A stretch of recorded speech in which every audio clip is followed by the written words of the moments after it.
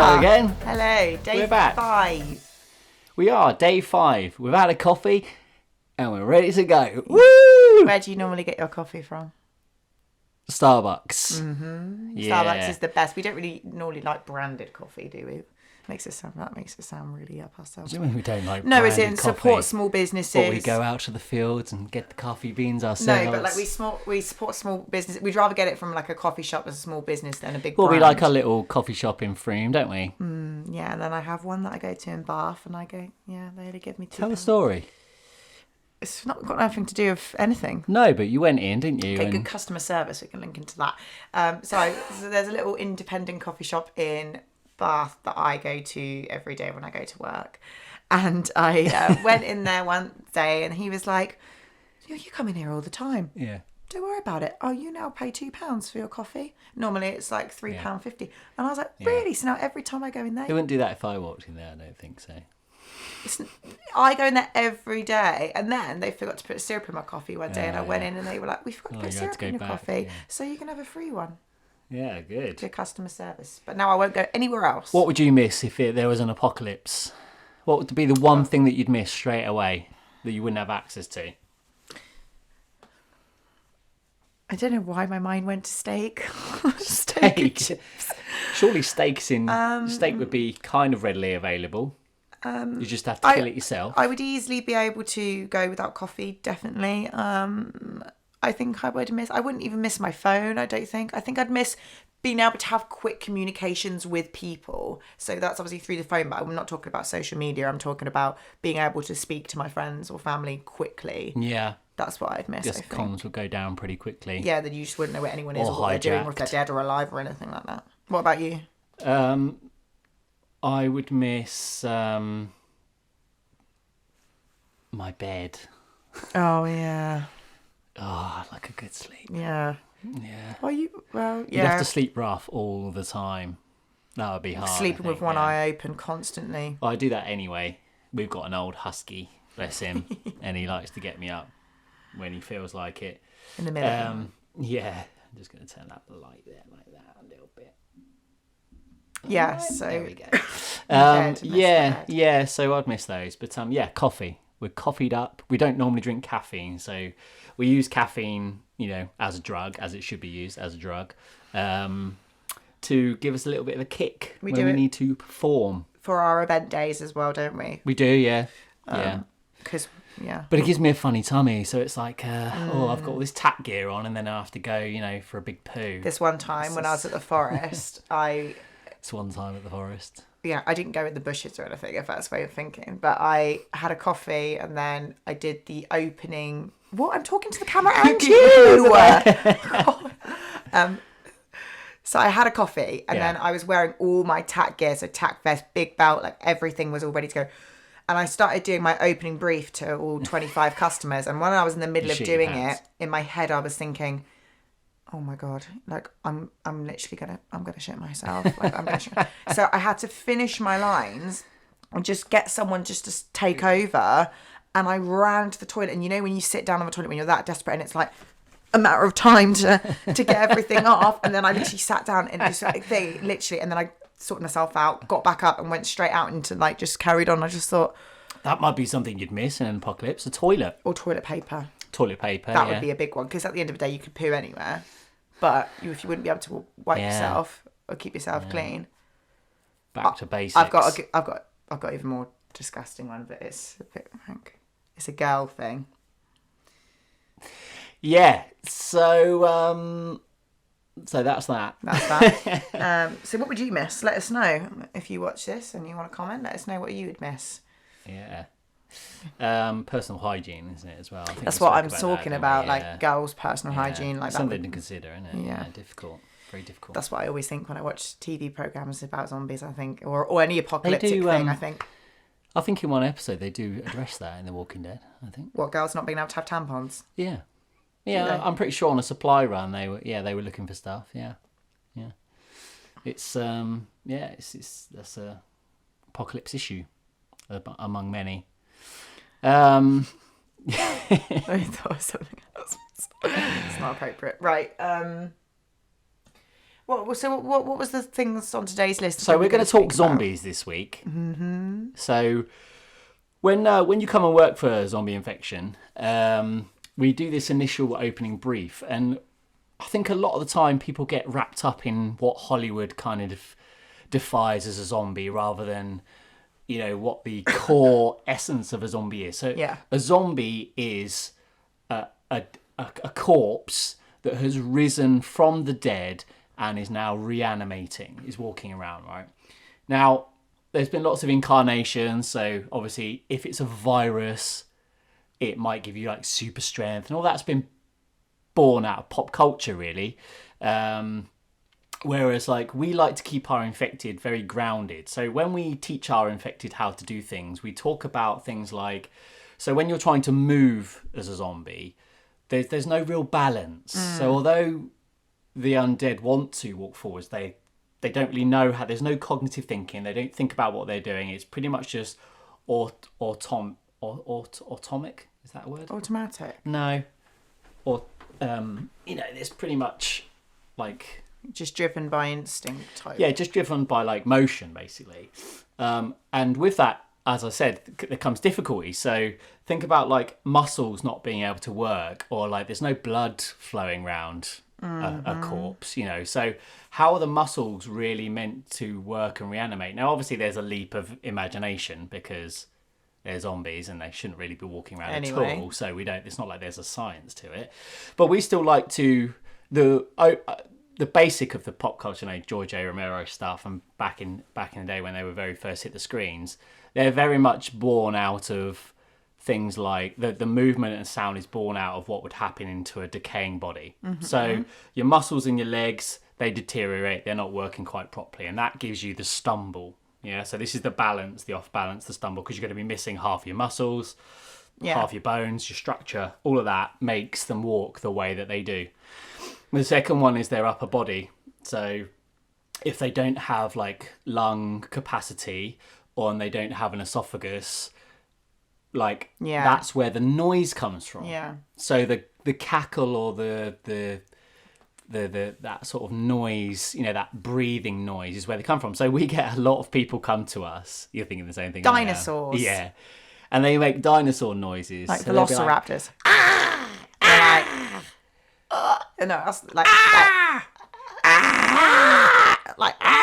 If anyone was to tune into that podcast right there and just listen to us, we're doing dinosaur noises that people do for zombies, which aren't correct. Yeah, they make those types of noises. Whereas in actual fact, the noise comes from the intake of air through an esophagus that has holes in. Yeah, so things are going to get stuck, things are going to get in the way. So it's very much like like you're trying to gasp and then where it's sort of like, saliva gets caught up in your mouth. So we very much teach our zombies to walk like their legs are really heavy and that they can't walk forwards as well as they should do. And the noise comes from the intake and exhale of a destroyed esophagus. They're kind of the things that we talk about. There is a balance though, isn't there? Because at the end of the day, we want that, but they do need to get faster at points in our experiences to be able to create tension and well, we mix different types of zombie culture, don't we? So that's the traditional zombie culture, and then sort of in the sort of late 80s, early 90s, we introduced this virus culture. Yeah, which is like... So then they become... It's 28 Days Later is very much about a virus, and this is why the film is controversial, because technically they're not zombies. So is World War Z, isn't it? That's a virus, isn't it? Because they get... No, they're still dead people. Or is it a dead people? I'm pretty sure. Because it's like 12 seconds, isn't it, when they get bitten and then they reanimate. But it's part and parcel. That's a merger looks more virusy, doesn't culture. It? Yeah, it does. So then we mix into this, right, okay, a virus. So if the virus is actually what's animating the body, you can then add different types of attributes to it. So in our experiences, if our zombies, what we teach our zombies, if they were to go at it 100% from the off, so like they're fast, they're aggressive, they're as loud as they can possibly be, there's nowhere for those actors to go. Yeah. Because you've already hit the peak, right? You can't get any louder than that. You can't get any faster than that. So for 2 hours, you've got to keep that up. And for a customer's point of view as well, you get used to them. It's not scary anymore because they're just consistently... Like, you expect them to be running at you scary. Yeah, whereas if they start slow and then build up... Yeah, it's more for the actors than the customers. Yeah. I think customers wouldn't really notice too much of a difference if it was full pace all the time. But for the actors, It's I knackering. think it's about them having more tools in their box, more skills in their box Yeah. to be able to fulfill a 2-hour event where you're still keeping guests on their toes at the end of the Sure. event. Like, if you do it at the start, you're going to keep on their toes, but it's really hard to keep up that Sure. type of pace. So what we teach them is to start off slow and quiet and slow, or go down on the first shot, that kind of thing. But as the event progresses and the virus is evolving and becoming stronger, because a virus's purpose is to evolve. Yeah, so we saw it with COVID. The first strand was quite weak, but it populates everybody, and then once it learns its defenses against the immunization of herd or a vaccine, it grows and becomes stronger, and therefore you have to keep fighting it off. It's the same with the zombie virus. So at the start of our events, the virus, but it's the more that our guests shoot the infected, the more that virus learns what it has to do to fight back against those weapon systems. Yeah. Yeah, and that's how it evolves.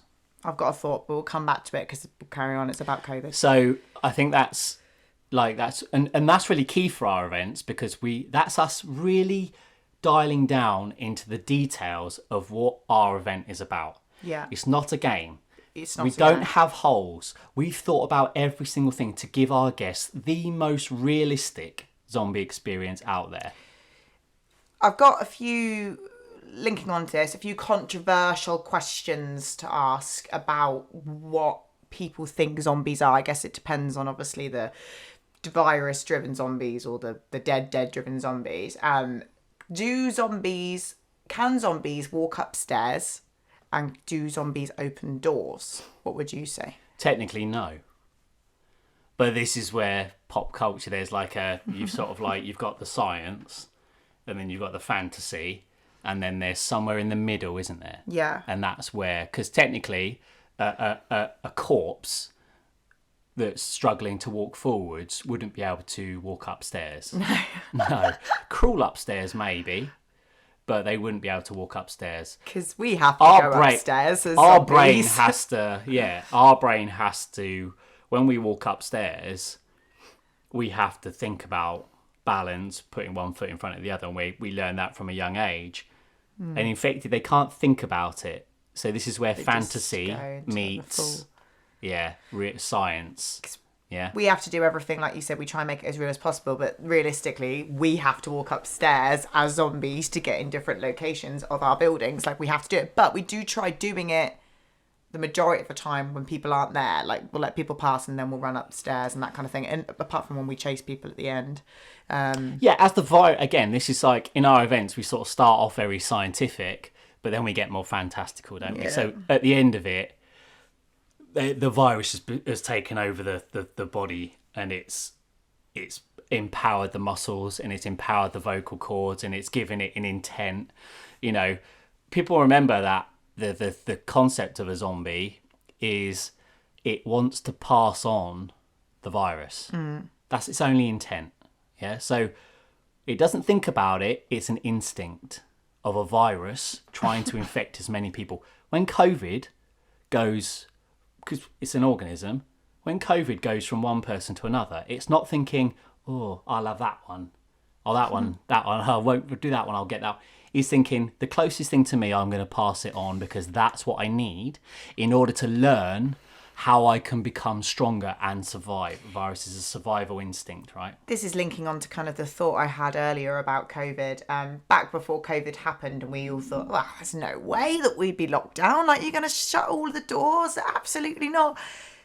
Everything that you've been writing for the last 6 years then suddenly happened. And it was quite funny, because when obviously it wasn't funny, obviously, but watching like Boris Johnson at the time doing his speech on TV. It was ironic. It was so ironic. That's exactly the word I'm looking for. And we always used to say, and we still do, about we're going like into lockdown, and our sectors are going into a lockdown state and all this kind of stuff, and then we did actually go into lockdown. Well, again, it's just testament to how we write our stories. Yeah, it did happen. Our stories are representative of real life. what I didn't expect was for him to make quarantined areas of the country and for different areas of the country to have different rules and regulations. Which is what we do. Which is what we'd written before any of this really came out. So when he's talking about like Birmingham, you're not allowed to go from Birmingham to Nottingham or cross borders, suddenly we're into quarantined areas of the country, and we were only one step away, weren't we, from actually putting police and marshals on borders of counties. That did happen, I don't know. Definitely from country to country. Yeah. But I mean that was as close as we've come ever to a zombie apocalypse. It was pretty crazy. Like we were living it, and now thank God it's all over. I had the national newspapers call me and ask me to draw comparisons to a zombie apocalypse. Really? When was that? Yeah, I had Times call me. I don't remember that. Daily Mail, I think, called me. Oh, really? Yeah. They did a couple of articles, did an interview. I was on the radio. Oh, yeah, we did. That was the radio. Yeah, you did the radio. If you go check out our blog, I think the radio interview's on there as well. For the World Service, I think I did a piece as well. But yeah, because it's crazy. It did, scarily match up. The scary part of it was our government, sort of not really telling us the entire truth, which is more scary, or just telling us that we needed to do something, and most of us sort of just blind following whatever their advice was, which like is really scary. So what other controversial zombie characteristics do they do in I can't remember what the other one was that you said. So if we go back to a zombie, I think the introduction of the gaming industry and the game culture really changed zombies as well, because suddenly we entered into realms of like Resident Evil, where we started off with zombies and that's how it starts, but then we evolved into monsters. Yeah, I still don't really know what it is. What, Resident Evil? Like, they're dead? Are they dead, the monsters? No, it's a virus. It is a virus one. It is a virus one. It's not a dead, the zombies aren't dead. They are. They've been experimenting on exactly what every zombie film. Yeah, Umbrella have been experimenting on live cadavers, on live subjects, and then they've created this strand, the T virus, G virus, and there's a few others, that when injected into animals, so they're testing on animals, those animals are able to have super strength. So they're not dying. Survive death. Yeah, they're dead, but they're reanimated. So like in Resident Evil, you got things like giant spiders, plants, because they're essentially putting the T virus into all of these different types of creatures and seeing what effects it has. When it's put into a human, you end up with the tyrant, which is like the big, the big boss guy. Nemesis. Yeah, the Nemesis is also one of them. Yeah, and then they start to essentially there's a militant element to it, so they wanted things like super soldiers, so they wanted to put things into human beings to make them stronger, to fight on the front line. There's lots of stories, it evolves, there's lots of different backgrounds, but the core of it, the original games were very much them experimenting on cadavers, animals, with this virus that they created. Well, the William Birkin obviously came up with the virus. What should we do about that? Yeah. So we just got a delivery. I'll keep chatting a little bit. So we just heard the knock on the door. So I never really know the difference. I'm not sure if any of you saw the new Resident Evil Netflix series. I'll ask him a little bit about his thoughts when he comes back upstairs. But what were your thoughts on it? So I think Greg's a huge played the original games, Resident Evil fan. I have seen him play the games, done a little bit, but I wouldn't say I'm a hardcore fan. But obviously, I don't know what your opinions are on the original films with what's her name, Mila something Djokovic something. I'll ask him. But they're terrible. But the series, it depends if you look at it from a fan point of view. But I really enjoyed the series. How did you find the Netflix series? Let's talk about the Netflix Well, I thought we were talking about Resident Evil. We can come back to the zombie thing, but we might as well just feed into that a little bit. So did you... I'd like to talk about games in maybe a different podcast, because there's lots of content there. But yeah, I like the series. Yeah, so I thought it got a hard rap. As a fan, but I fucking hated the original films. What's her name? I was just saying, what's her name? Milovic. Djokovic. Miliv something Russian. Yeah, something like that. Mililova, something like that. Yeah. But yeah, as a fan, She was that only played, casting it because she was sleeping with the director, though, didn't she? So. but as a fan that played the games, did you watch the Netflix series? Obviously, because it was a sequel. Yeah, but they still made the same mistake that every film to every game to film adaptation makes. They don't stick to the core. No, because it was a source sequel. material. So Raccoon City had exploded and, it was dead. So the new Raccoon City was the concept of this. Yeah, but we don't want to see that. Its audience is people that played the games. Netflix and these producers don't realise that everybody watching Netflix pretty much played the Resident Evil games when they were younger. There's enough of an audience there. They don't need to try and bring in people like yourself that never played the games and try and change the format.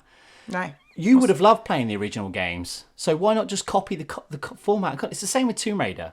Tomb Raider, that's the same issue. They don't stick to the source material. I want to see a film that's based off of the original game. That's it. Same story. Because they did that film, didn't they? With just do it. Yeah, Chaos they're making another one as well. Chaos Gloria, whatever her name is. That Why playing don't we know actors' names? Playing Claire, and that film, and it was terrible. It was better than the Mila. Yeah, but it's not as good as the original Tomb Raider film with Angelina Jolie. No, I was talking about the film that they did for Resident Evil, the one with Resident playing Evil, Claire, that new one, where they cast Leon Kennedy as like a guy that looks nothing like Leon Kennedy. Oh god, that was terrible. Yeah. It was terrible. It was terrible. Apparently, he's I don't know if he was like a Hispanic or something. Yeah, but he was clumsy. Yeah. He was like an idiot. Yeah. We're talking about Leon Kennedy. Yeah. All right. We know he's a rookie, but he's not a fucking idiot. Like, what? That was the one thing in that film that was just the biggest mistake. They cast a guy that didn't look. They cast a guy that looked nothing like Leon Kennedy. No. He's in a police station, but apparently he's had no training, but he's qualified to be a policeman, right? And we're talking about Leon S. Kennedy, the guy that protects the president's daughter, saves the president, right? And I know that this was set before that Resident Evil 4, and so he's going to. But there was no way that the character that I saw in that remake of Resident Evil, Raccoon City, that guy was ever protecting the president's daughter. Like, they just get it all don't wrong. Even start. So right? The series we'd liked because it had like the series I liked because it had some nice Easter eggs attached to some of the original content, which was really nice. I don't give a shit about the characters. I'd rather have seen, but they had like a nice liquor scene in the tunnel. I liked the Wesker actor. I thought he was all right, but again, like, you know, this sort of woke thing in there, like, it was unnecessary. Like, nothing against the actor. I thought he did a great job at it, and I thought he got a really hard rap. In fact, he was probably one of the best things in it. But come on, like, just cast, like, if you're gonna cut, don't call him Wesker, call him something completely different, like they did with the girls. They brought in those two new characters, and they fine. Were good. Yeah, like, was it Jade? But don't call them, you know, Wesker unless they're gonna look and act like the game characters. Just don't. But his performance was great, and I did like some bits of it. It was a hard watch at times, but overall I thought it was a better Resident Evil stuff than most of the dross I've seen. It was great, but was there enough zombies? Because I can't really remember the zombies, and I don't know whether that's a testament to the fact that the characters were good that we were thinking of. Luce, there aren't that many zombies in Resident Evil. No. Like, it's not about zombies. There are zombies in Resident Evil, but it's very much about a virus and these other creatures. Like, in most of the games, you pass the zombies pretty quickly. They're around, but they don't really cause you too many issues. They had that big rhino, didn't they? Came out. Rhino? No, not rhino. Crocodile. That came but that's the same as the games. Yeah, crocodile nice. scene was great in the games. Yeah. So zombies. We really try to stick to our source material with our zombies, and we teach our guys to very much like start off very slow, off balance. Think about how you would create the sounds. No dinosaur noises. We don't do anything like leg dragging. Like, that's just like, it's a myth. Like, do you know why leg dragging is a myth? Because you have to think about it. If you lose the ability to walk on two legs as a zombie, you can't walk. What about if I thought it came from? Let's just say that a zombie. You know, in is a good example. When Amber Heard plays that girl, the neighbour in Zombieland, and she gets her ankle smashed into the door and she drags that. She's on the floor though. No, she ends up standing up. Yeah, but standing up, you can't. So you don't think she'd be able to drag her broken ankle? She shouldn't be able to. Snapped. So we're moving into territory where zombies have cognitive thought, because a zombie would be like getting up to your feet. Like, do you know what I mean? Like she's thinking, I've got an injured ankle, I need to get to, or I don't know. There's a fantasy and science crossover. Yeah. Basically, a leg drag means that the mind is having to counteract a balance issue. Yeah, rather than the natural state of someone walking. Like, as toddlers, we're able to stand up on 2 feet, which is really natural to us, which is an instinct. It's not something that's taught. It's an instinct to stand up. When it's the same with a zombie, it's pure instinct. There's no cognitive thought about how they do it or how they move. So when a leg goes, they wouldn't be able to correct that instinctual fail, of how their body is made up. They wouldn't be able to correct that. So, yeah, there's a technicality there. There's a difference. So we start them off like that, but then obviously the virus takes over, and then the virus, because it adds that intelligence back in. It adds that thinking back in. It then can fix those types of errors. So then it's thinking about what it wants to do, because it's using the body to then pass on the virus really quickly. One of the other things that we teach our zombies to do as well is, because a dead corpse doesn't have a lot of energy, to move it forwards takes a lot of effort. So it's like a predator. Imagine like a lion in the wild. It doesn't run from a mile away to get its prey. It conserves its energy right up until the last moment, and then it goes.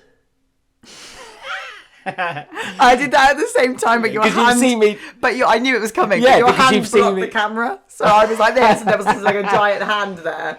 Because you've seen me do it 100 times. Yeah, I know exactly. So what a you're lion crawls up right, and it gets as close as it possibly can without getting that prey. A zombie works in exactly the same way. It's trying to conserve as much energy, because it might only have enough energy for one hit. One chance to pass on that virus. So it gets close, and then bam, and then it goes.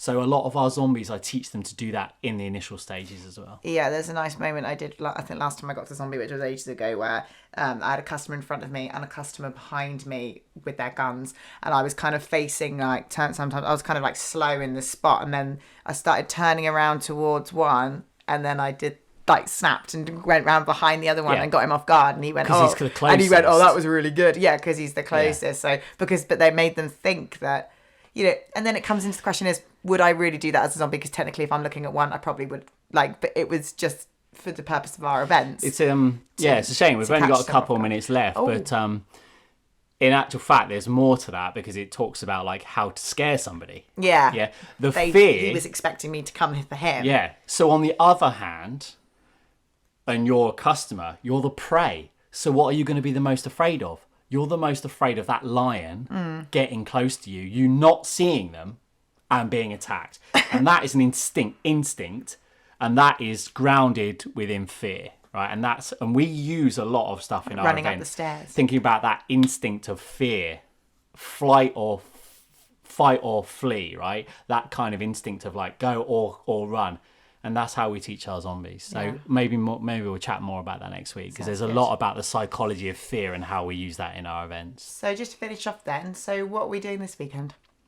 This weekend, we're back at our wonderful workshop building, our award-winning workshop building. We've got our Zombie Academy, which is our training. So we teach you how to fight the infected.